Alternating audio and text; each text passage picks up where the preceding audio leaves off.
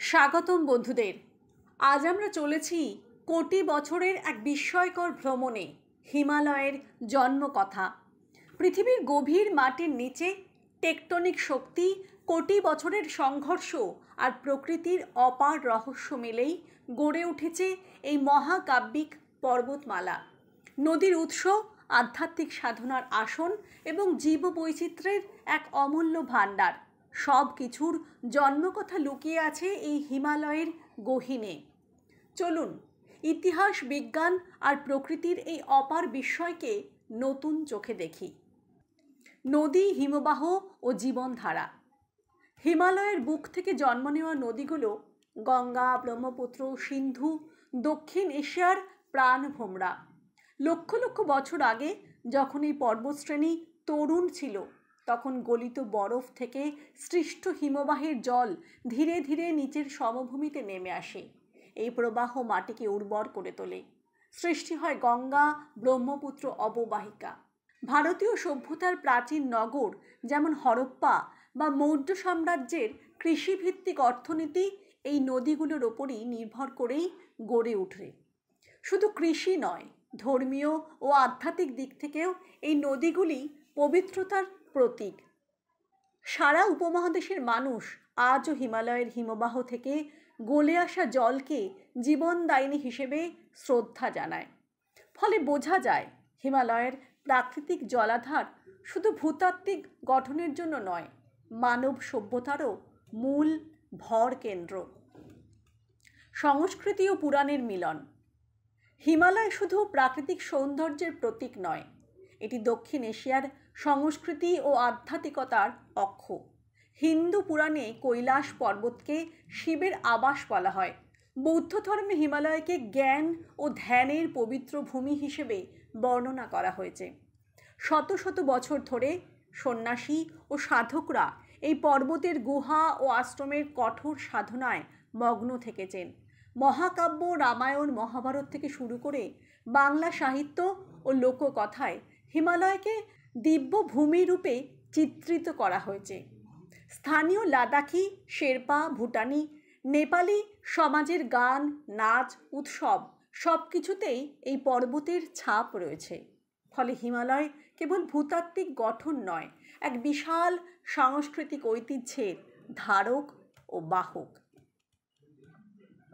ভূমিকম্প ও জলবায়ু পরিবর্তনের হুমকি। হিমালয় আজও বাড়ছে, প্রতি বছর প্রায় 5 মিলিমিটার করে। এই চলমান টেকটনিক প্রক্রিয়ায় একে পৃথিবীর অন্যতম ভূমিকম্প প্রবণ এলাকা বানিয়েছে। নেপালের 2015 সালের বিধ্বংসী ভূমিকম্প থেকে আমরা জানি এই পর্বতশ্রেণীর নিচে চাপ ক্রমাগত জমছে। একই সঙ্গে জলবায়ুর পরিবর্তনের কারণে হিমবাহ দ্রুত গলছে। গঙ্গা ব্রহ্মপুত্র অববাহিকার কোটি কোটি মানুষ এই গলনের জল ও সম্ভাব্য বন্যার ঝুঁকিতে রয়েছে। হিমবাহ গলে গেলে গ্রীষ্মকালে জলাভাব দেখা দেবে, আবার বর্ষায় অতিবৃষ্টির ফলে তীব্র বন্যা নামবে। এই হুমকি শুধু দক্ষিণ এশিয়ার নয়, পুরো বিশ্বের জন্য একটি বিপজ্জনক সংকেত। সংরক্ষণ ও ভবিষ্যতের দিগন্ত। হিমালয়কে রক্ষা করতে হলে বহুমুখী উদ্যোগ দরকার। প্রথমত, আন্তর্জাতিক সহযোগিতায় জলবায়ু পরিবর্তন রোধে কার্বন নিঃসরণ কমানো জরুরি। দ্বিতীয়ত, সীমান্তবর্তী দেশগুলোর যৌথ পরিকল্পনায় বন সংরক্ষণ, হিমবাহ গবেষণা ও প্রাকৃতিক বিপর্যয় মোকাবিলার কৌশল গড়ে তুলতে হবে। স্থানীয় জনগোষ্ঠীর জীবিকা রক্ষার পাশাপাশি তাদের প্রাচীন জ্ঞান ও সংস্কৃতিকে টিকিয়ে রাখা সমান গুরুত্বপূর্ণ। নতুন প্রযুক্তি যেমন স্যাটেলাইট মনিটরিং ও ড্রোন জরিপ হিমবাহের অবস্থা পর্যবেক্ষণে সহায়ক হতে পারে। এভাবে হিমালয়ের অমূল্য সম্পদ নদী, বন, জীববৈচিত্র্য ও সাংস্কৃতিক ঐতিহ্য রক্ষা করা সম্ভব হবে। আগামী প্রজন্মের জন্য এই মহাকাব্যিক পর্বতমালা যেন অক্ষত থাকে, সেটাই আমাদের সবার দায়িত্ব। হিমালয় কেবল একটি পর্বতশ্রেণী নয়, এটি এক চলমান মহাকাব্য। প্রাচীন ভূত্বক সঞ্চারণ থেকে শুরু করে আজকের জলবায়ু সংকট পর্যন্ত এই পর্বত আমাদের শেখায় পরিবর্তনের শক্তি ও প্রকৃতির অসীম ধৈর্য। গঙ্গা ব্রহ্মপুত্রের জীবনধারা, ভারতীয় পুরাণের আধ্যাত্মিক অনুপ্রেরণা এবং কোটি কোটি মানুষের জীবনের সঙ্গে হিমালয় অঙ্গাঙ্গিকভাবে জড়িয়ে রয়েছে। কিন্তু এই মহিমা এখন বিপদের মুখে। হিমবাহ গলছে, বন উজাড় হচ্ছে, ভূমিকম্পের আশঙ্কা বাড়ছে। তাই এই পর্বতকে রক্ষা করা কেবল আমাদের দায়িত্ব নয়, এটি ভবিষ্যৎ প্রজন্মের প্রতি আমাদের অঙ্গীকার। বন্ধুরা, হিমালয়ের এই দীর্ঘ ইতিহাস আমাদের শেখায় যে প্রকৃতি তার নিজস্ব ছন্দে গড়ে তোলে ও ভেঙেও ফেলে সভ্যতার ভিত্তি। আজকের ছোট ছোট সিদ্ধান্ত, বন রক্ষা, কার্বন কমানো, জল সংরক্ষণ হিমালয়ের ভবিষ্যৎ নির্ধারণ করবে।